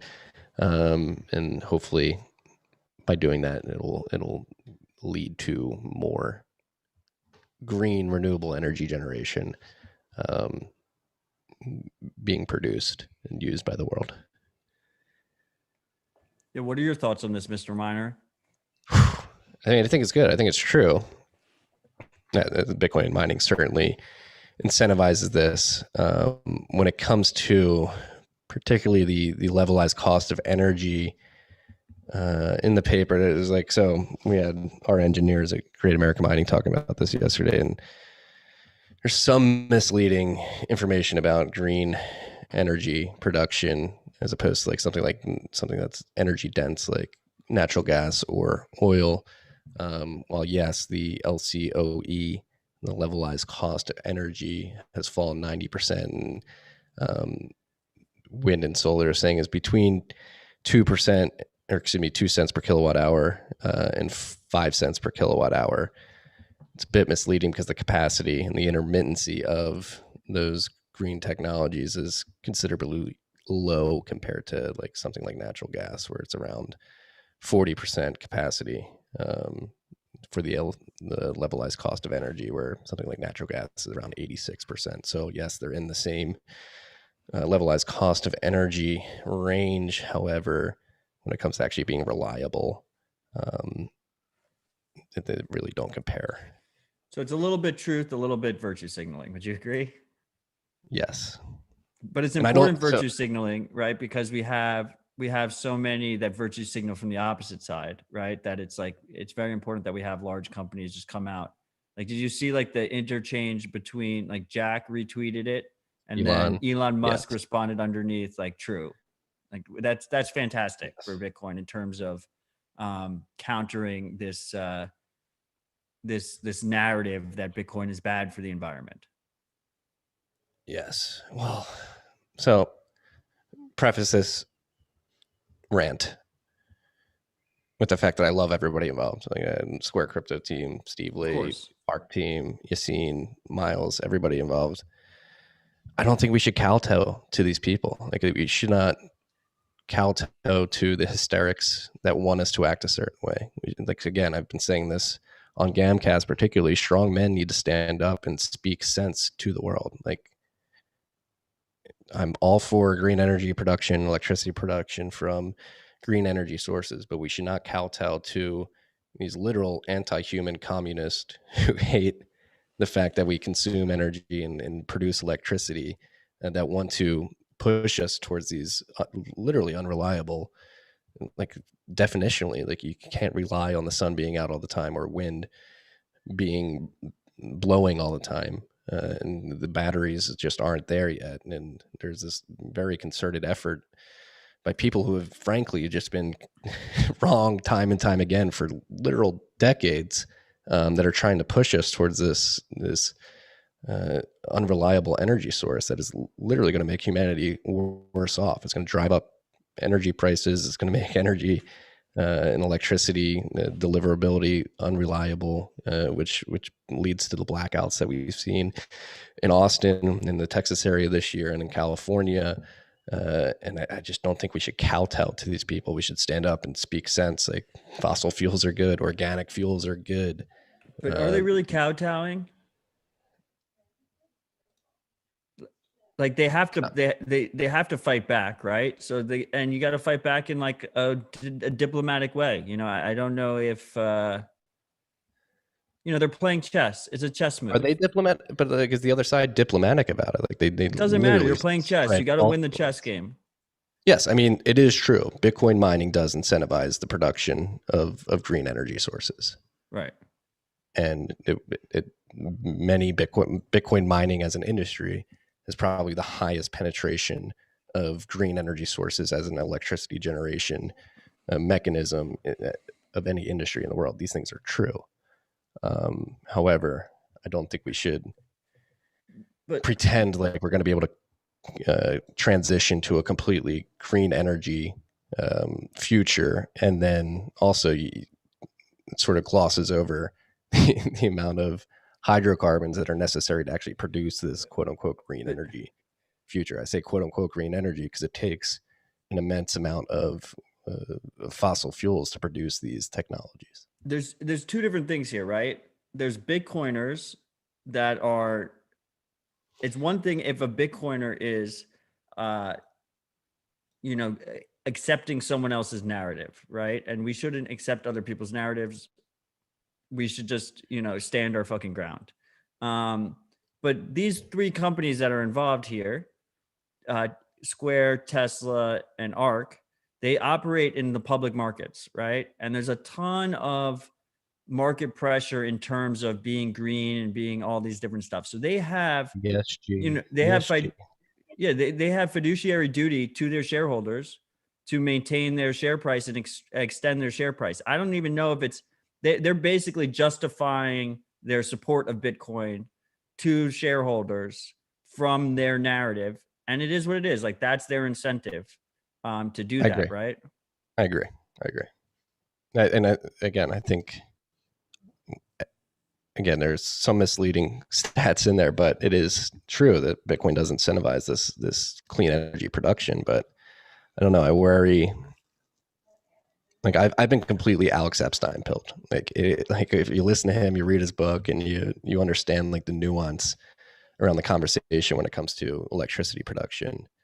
Like, if like the Greta Thunbergs of the world get their way, it is bad for humanity. Electricity prices are going to go up. Electricity reliability is going to go down, and people are going to be worse off for it. And most importantly, the poorest people in the world are going to be considerably worse off for it. And that's like the weird paradox of this whole green movement, is it's posturing like it's going to save people and save the planet, when it's actually going to hurt the most disadvantaged people on the planet the most.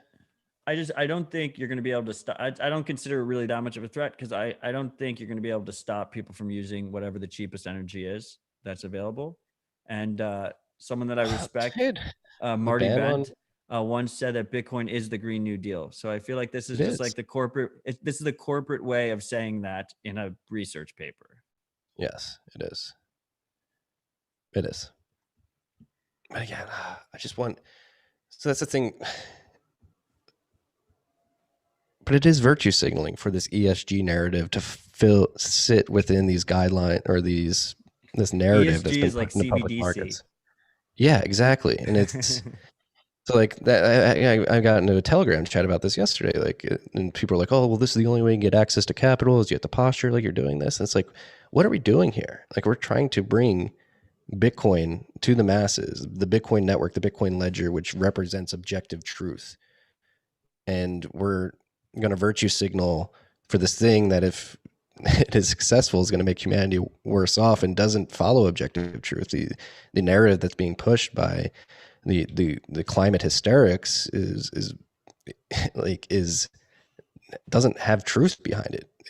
They use statistics and probability to manipulate headlines and stories. They cherry pick data and manipulate data to push a narrative that isn't driven by objective truth.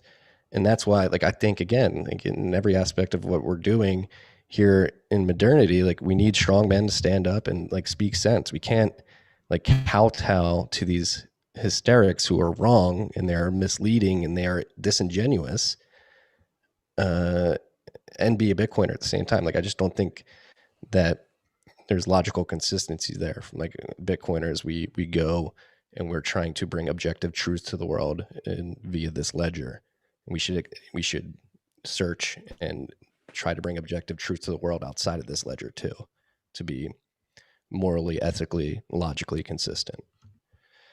So that's where I don't want to kowtow to these people anymore. And you don't have to. The cool part about Bitcoin is that we don't have, a centralized messaging department, right? We don't have a centralized anything. So you have different participants and they're going to all act in different ways.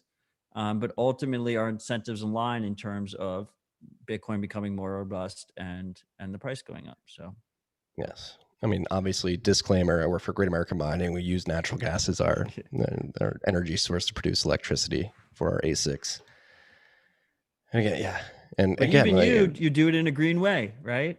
yeah. We help reduce methane leak.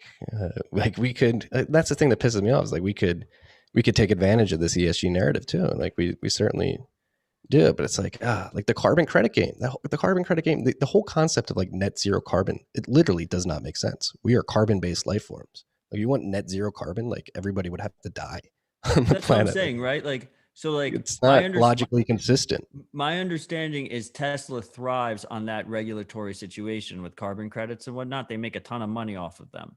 Yeah. So And it's all accounting game. Like, it's no, not.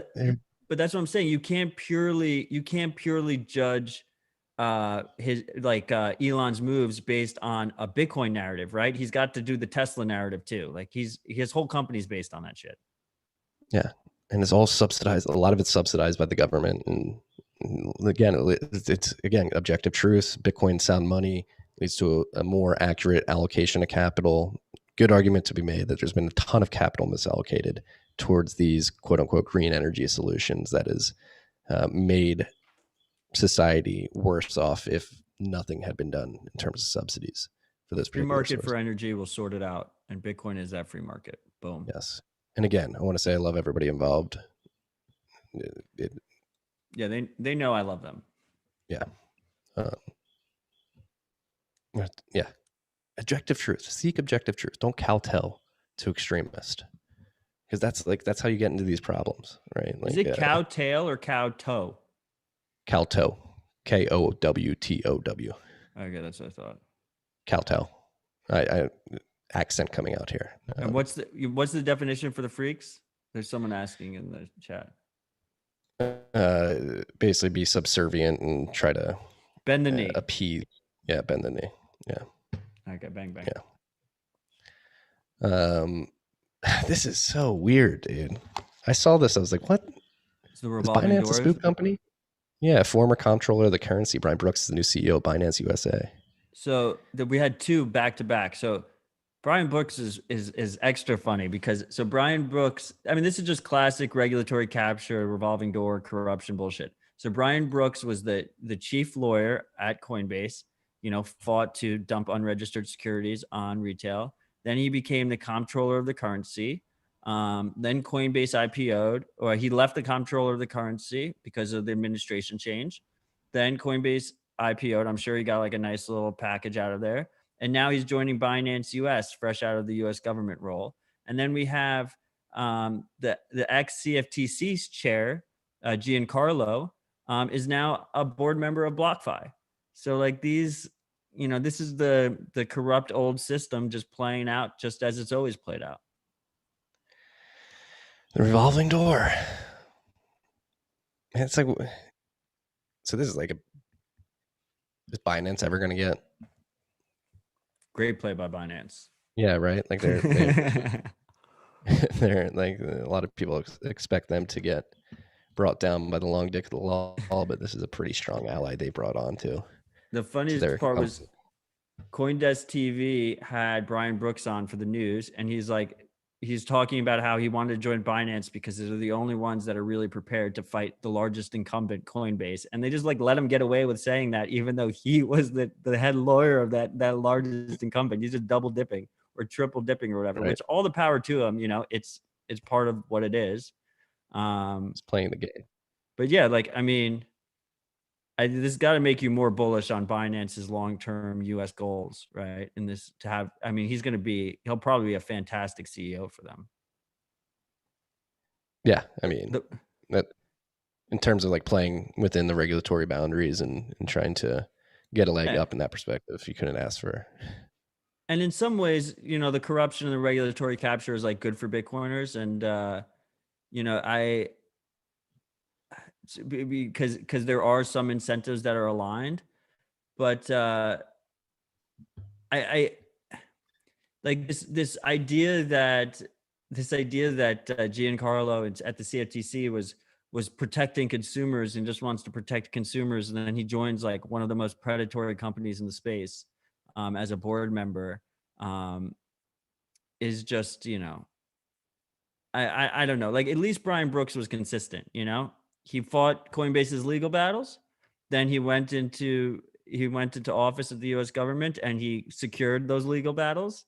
And now he's going to fight the same exact legal battles, continue that role over at Binance. But with going from the CFTC, where Giancarlo was saying that he was protecting consumers, and then you just immediately go out to this, feels a little bit more, I don't know.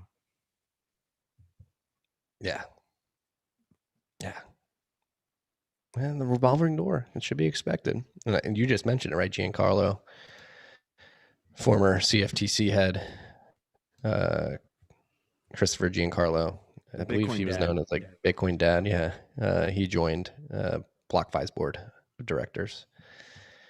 So widely recognized as a regulatory trailblazer in the digital assets space, Giancarlo will be a source of trusted counsel for the company as it continues to grow and innovate. Yeah. It's important. He's going to make sure that they're too big to fail when the bailout comes. Matthew. Speculation. Yeah, 100% speculation. You are correct. Yeah. So we have former regulators and Brian Brooks. Is that a regulator, comptroller? Not a politician. I think that's a regulator. Yeah, regulator.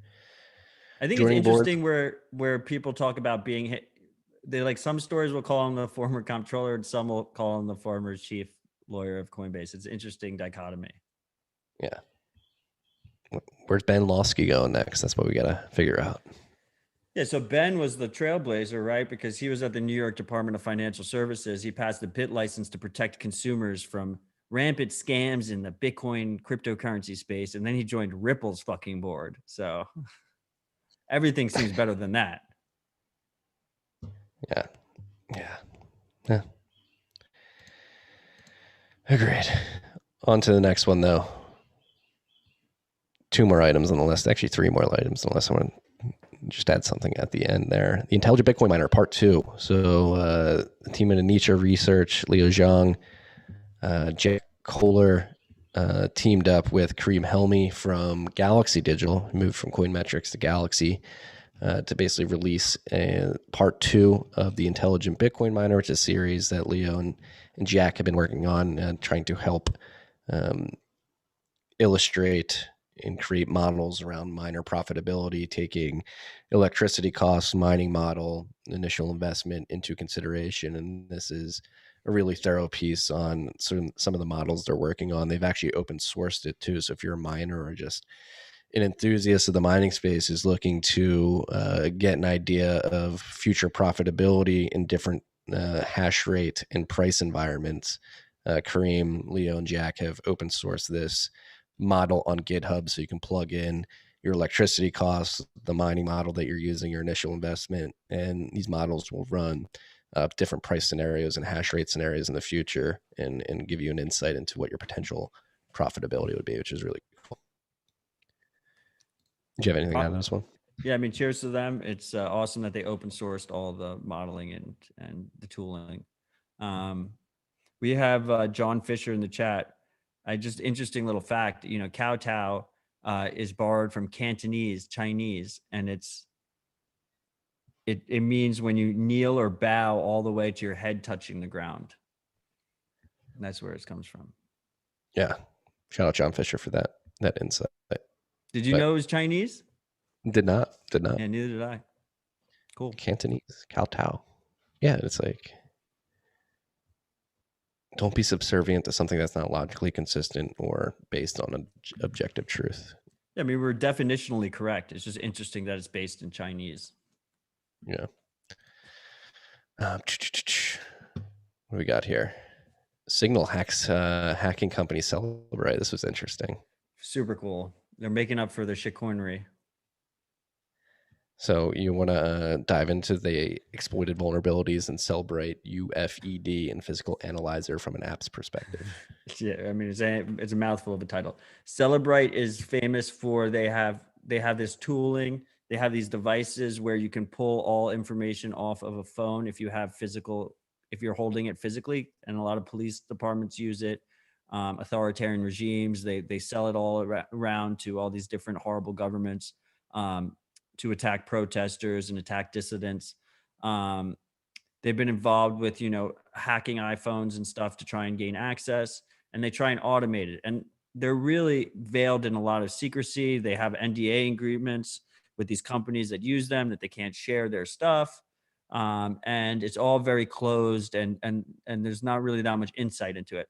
So the Signal team got their hands on one of their kits. And it's really funny because they legally can't have access to it. So in the post, he's like, I was walking down the street and all of a sudden one of the Celebrite kits just fell out of a truck right in front of me. And I like walked up to it and sure enough, it said Celebrite on it. And I picked it up and I started looking at it. So he's going through like all the code and shit. And ironically enough, these guys their business is finding compromises in these devices and these apps.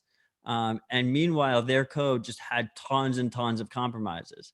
And part of what it does as a software is it basically is pulling all the files and everything off of your devices, you know, Signal messages, stuff like that, WhatsApp messages, contact lists, locations, and it gives it to you in a browsable format on a Windows computer so that a police officer, law enforcement, authoritarian regimes, general bad guys can then go through it, border control can go through it in an organized way.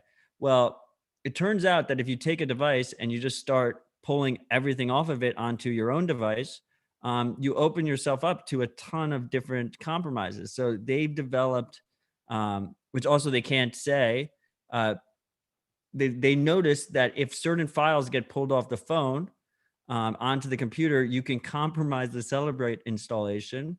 And not only will it screw up the current download, it will screw up all future and past downloads that are still on the device. And they're completely coincidentally, because they can't say this either, at the end of the post, they're like, completely unrelated to the above, we've added this new feature to Signal that just happens to download these random files onto your device that are just for aesthetic purposes. It's just to make the app look nice, and it has nothing to do with the Celebrite article or whatever. So they're basically threatening them that if they continue to keep Signal added, they'll never know if they're at some point they'll just get compromised. So they can just basically put malicious files in the Signal app that if anybody ever tries to access it with Celebrite, it'll bork the Celebrite implementation. Yeah, it's not a malicious file to the Signal user, but it's a malicious. It's the compromise file that'll hit Celebrite. Boss. And then they also said they may or may not have shared that with other app developers. So like they completely just flipped it on its head. Boss. Shout out to Signal. Obviously, we're not fans of the shitcoining, but this is a pretty boss way to attack surveillance tech. I dig it. I dig it as well. Last but not least, coming up on 2 hours here, Jeremy Rubin. We've been following OpChat template verify in the Benton on this podcast for like 2 years now. I think I first heard about it in like 2019. Basically, Ops CTV, the shortened version of check template verify, would create the ability to create very descriptive covenants in Bitcoin transactions. So you get really creative with how you disperse funds and who can be involved in a certain transaction. Jeremy released Sapio, which is a library that allows you to construct Ops CTV transactions as well as a bunch of other things. You can test like Taproot stuff with it too, I believe.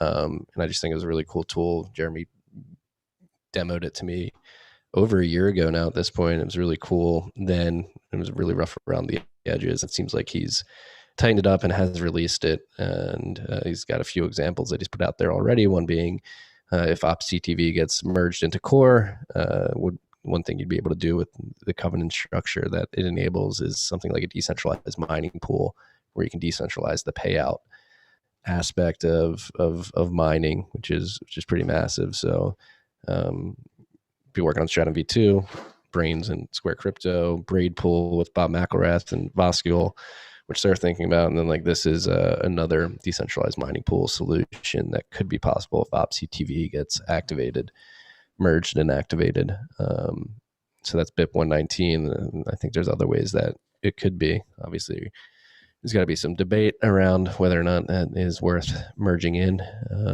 And yeah, from what I can tell about Sapio, particularly this library that Jeremy built, is that at least what I can glean from people talking about it is that it's pretty impressive, the things that you can build with a very little amount of code. But I am a dumb podcaster. I can't speak to the expressiveness of it with any authority. So if any of you freaks know more about it, have used it, let us know. Respond to the tweet. Cheers to you, Jeremy. Appreciate you. Yeah. All right, that was all we had on the list. What else were we thinking? I think it was a very expansive RHR, and it was a very good rip. Coffee rip. You weren't drinking coffee. What were you drinking? I was drinking coffee the whole time, yeah. I did one bottle pop because there was a freak in the comments who said if I didn't do a bottle pop, then they were going to assume I was a deep fake. So I gave them a bottle pop, but I didn't actually assume it. It was a fake news. Well, I miss you, brother. You got to get down to Austin. You got to check it out. Yeah, I mean, I guess no matter what, I'll see you in Miami within it's almost a month out now. It's pretty close. It's sneaking up on us. But I do miss you as well.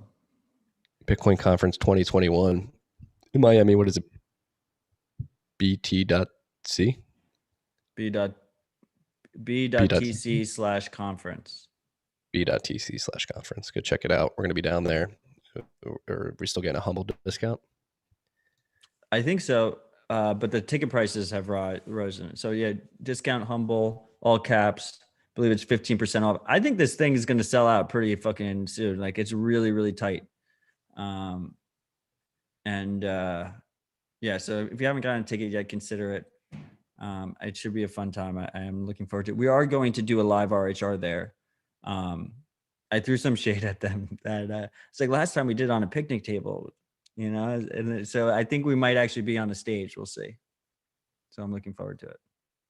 Bang, bang. Well, thank you, freaks, for joining us. I know it was a little earlier this week. Hopefully, we'll be back to our. Actually, we won't be next week because I actually have a flight Thursday night out of Philly at a bachelor party in Scottsdale, freaks. Yeah, it won't We'll be early after. Oh, it might be the weekend, the week after that. I don't know. Early afternoon. Thank you guys for joining. Hey, head down. Keep stacking sats. I mean, the price, we're in this consolidation phase. Fundamentals are very strong right now. We will have a difficulty adjustment at some point between April 29th and May 2nd, I would imagine. And then we're going to see the speedy trial start. So that'll be interesting to cover. Yeah. Thank you guys for joining us. Thank you for the shout outs. Love the shout outs. If you guys want to contribute, tftc.io/contribute. If you're listening, wherever you're listening, if you can give us a like, a subscribe, a rating, a review, it all goes a long way. I'm trying to Stop being bearish, freaks. I love you all. Stay humble, stack sats. Peace and love. Recording done. Still live streaming. You live streamers are getting a little extra tick here.